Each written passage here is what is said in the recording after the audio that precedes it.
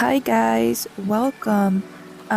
This is a little bit different than usual because today I'm gonna react to my very first fanfiction, and I wrote that one a very long time ago. I think it was like 10 years ago, and it's this Jimin fanfiction. And some of you guys might know it and have read it, but I think most of you guys haven't because it's from Wattpad and it's very old. Anyways, I hope you will like this video, and if you do, please let me know if you want more of this type of content, and I will make more videos like this. And of course, I will also keep continuing my fanfictions. I know it's been a while, but I need to get back into it. I need some inspiration, and until then, I'm just making a little bit different types of videos for now.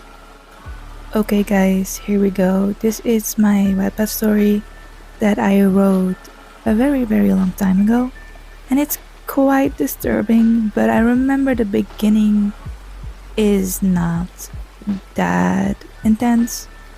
But anyways, I don't know if I'm ready for this, but let's just do it. Okay, first chapter already a warning. I remember him. Every time I close my eyes, I see his beautiful face, that intense beauty that's almost painful to look at. He grabbed my thighs and pulled me closer. I suddenly could feel his breath against my neck. What was happening? It all went so fast I couldn't even think straight. The next thing I felt was soft lips against my skin. He was kissing my neck, and it felt so good, but it slowly turned into sucking. I could feel his teeth as if he was sucking out my. I didn't have any experience in these kinds of things. I didn't know what to do and pushed him away. But he didn't stop. Suddenly, he grabbed my face and looked into my eyes. The look he had on his face, it was so intense, as if he really wanted me, as if he wanted to experience every body part of me. It even made me blush. Looking into his eyes, I could stare the whole day in those beautiful and dangerous eyes of Jimin. Okay, we are starting off strong. We get right into this one. I remember when I wrote this, I was like, every time we read a fanfiction, we keep waiting for the smut to come. I want an intro that grabs you right from the start, and I just want to write the smut like in the first part. I remember thinking that. Let's continue. I realized that I wanted more. He made me so thirsty for him just by his intensive gaze. Jimin, please make love to me. I don't want to say words that will upset YouTube, so I'm trying to be careful. Anyways, should I read the comments? Because sometimes the comments are so funny, it really makes the reading experience a lot more fun. Anyways, let's see what people have to say. We just started, right? Wow, you are so thirsty. We are still in the first chapter, girl. That was cringe. So if anybody's not talking, so let me say it. Oh, that's okay. Let's skip that. Okay.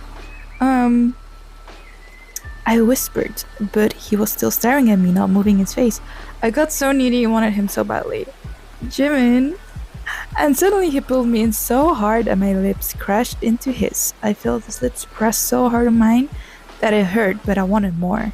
He was teasing me. I needed his, and he knew it. He pulled away and looked at me again. You want more? Oh my god, this is so cringe. He asked. Hell yeah, I wanted more of this gemless person. Oh my god, did I write this? This is even. I didn't know it could get cringier.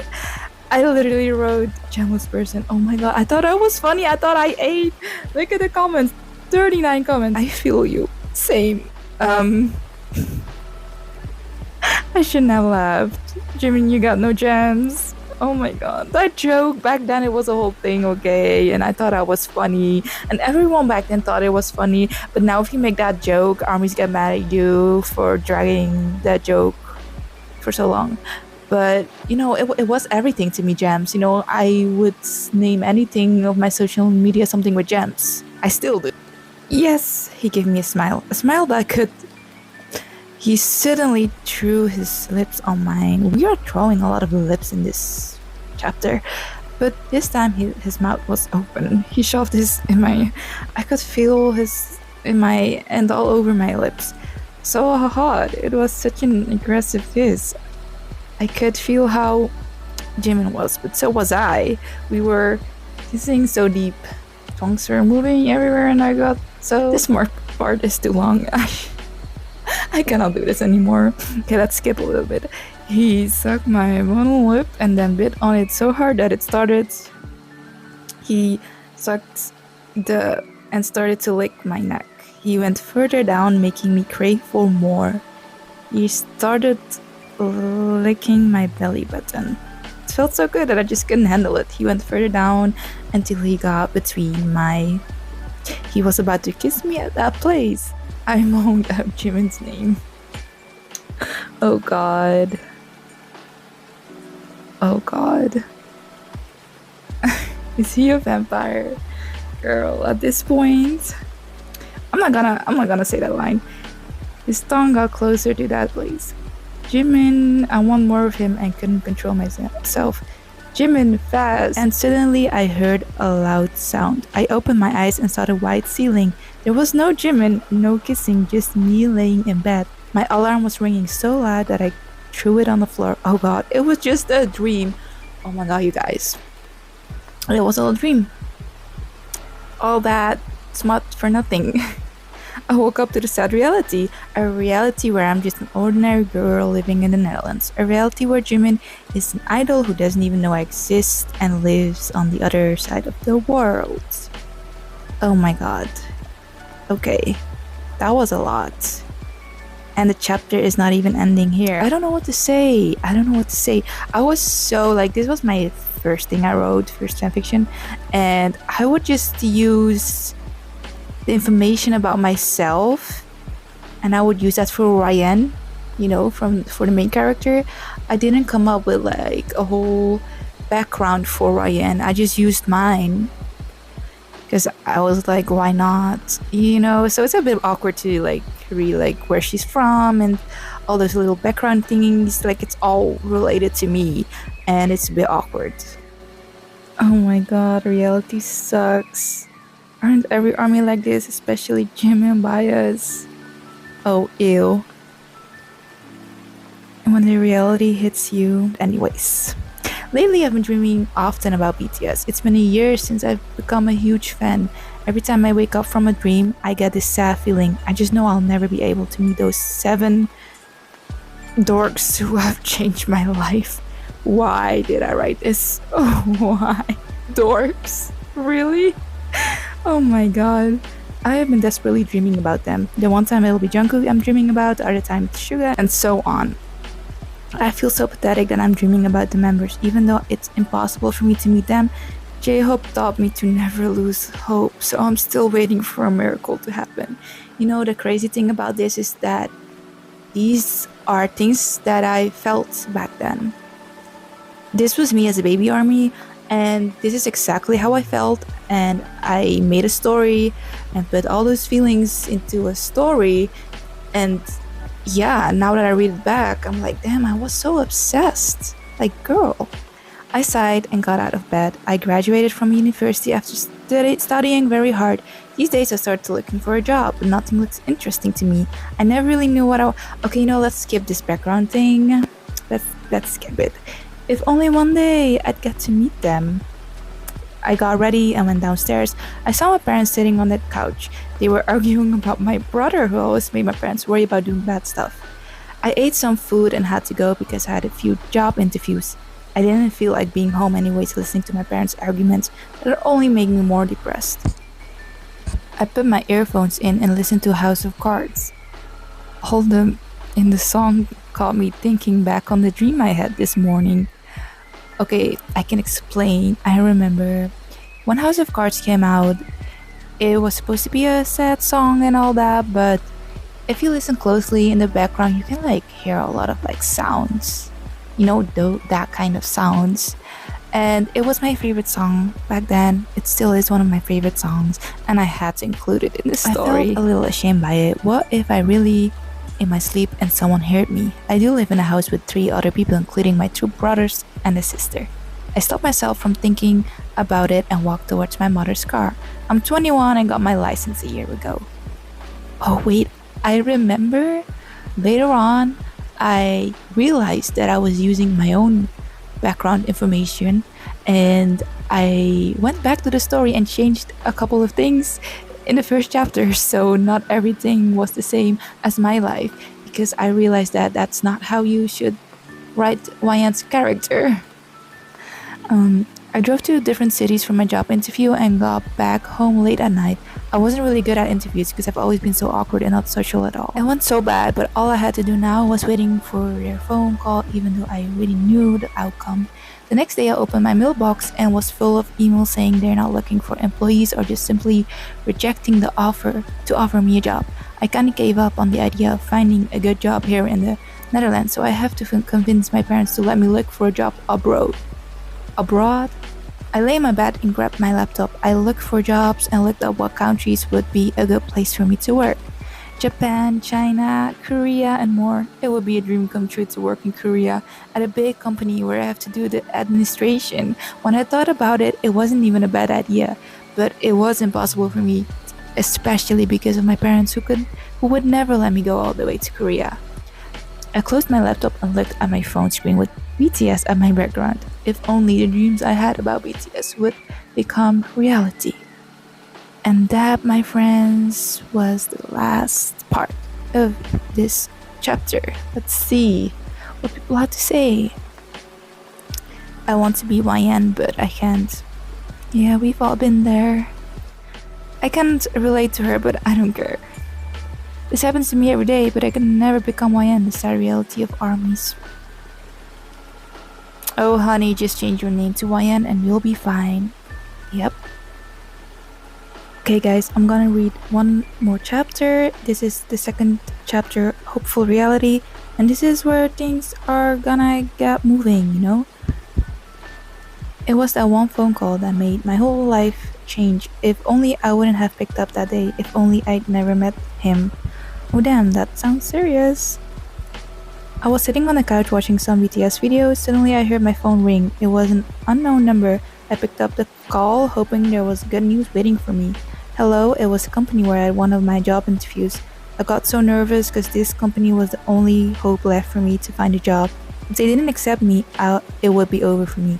As I was listening to what the lady said, my heart was beating loudly. It was one of the few places where I actually wanted to work. The words that were being said by the lady made me tear up. I was not accepted. Okay, this was just me getting rejected. The rate of unemployment grew. Unemployment? Is that a right word? Grew really hard these last few years in the Netherlands, so I kind of saw this coming. After she told me the bad news, she started to talk about my work and research that I'd done. The outcome that you have achieved in your college years are great.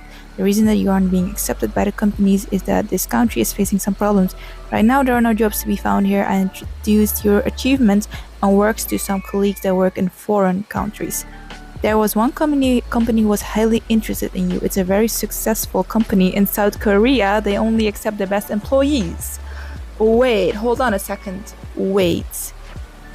This right here. We all know where this is going.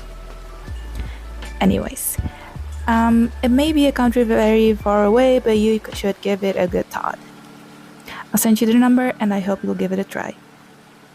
I froze as I listened to her. Why would a Korean company be interested in me? Was I dreaming again? And even so, my parents wouldn't let me go. Maybe if I explained that this is the only chance I have, they'll agree.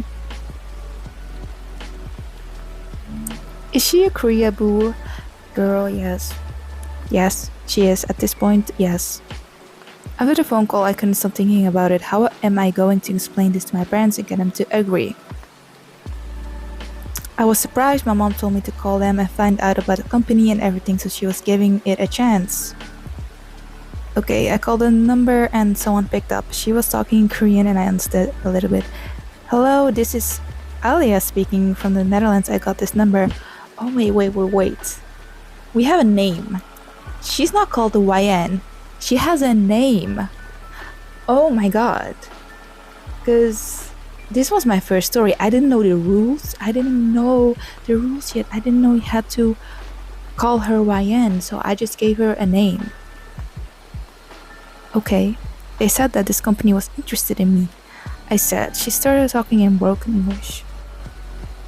Oh, hello, Alia. This is Big Hit Company speaking. Thank you for the call. I will connect you to the manager of the administration department. Okay, guys. There's a lot of caps.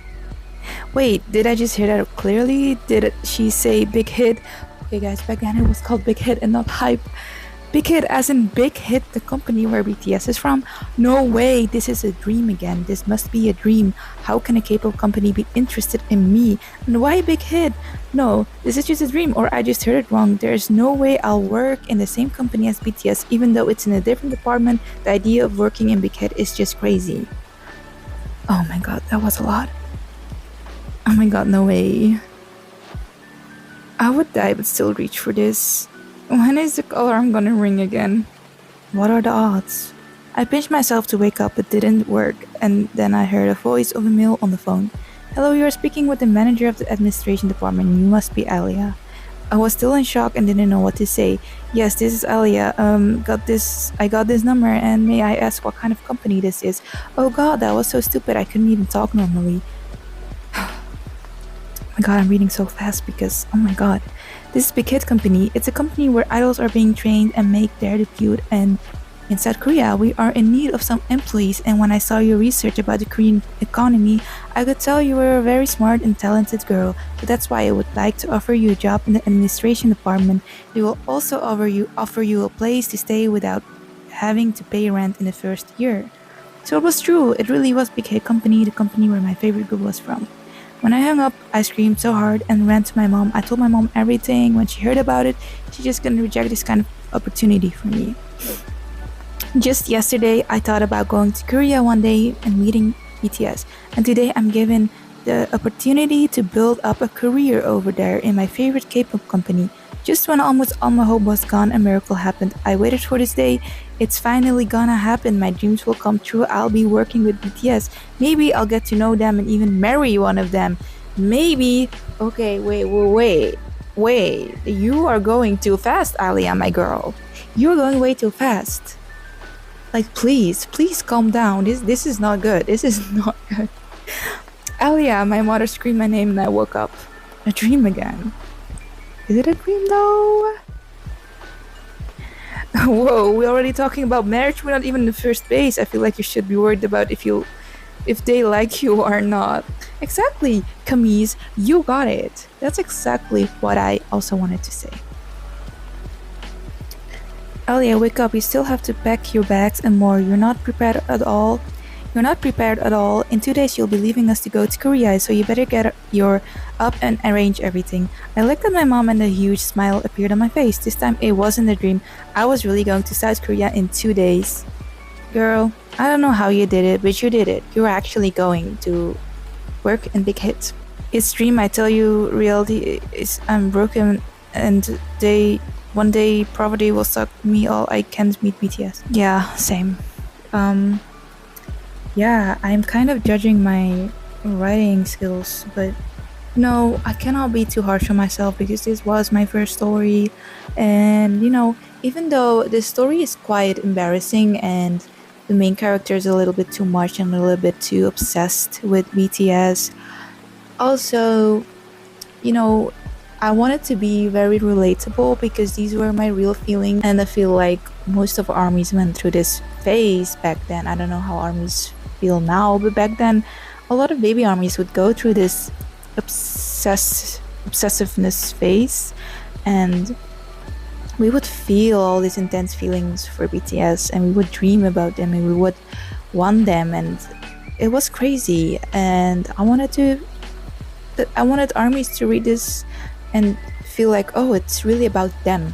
I didn't want them to read it and think about two random characters. I wanted them to feel like they are inside of the story, and I wanted to make them feel a lot of emotions and feelings. And yeah, that's what I was trying to do here, even though when I read it now it's a really cringe. But Also, that was kind of the point of the story, to be a little bit cringe and embarrassing and relatable in a way.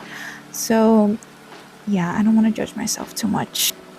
Okay, guys, so that was chapter 2, and I think I'm gonna end the video here. But if you want me to read more chapters and if you want me to continue making this types of video, please let me know and I'll make a part 2.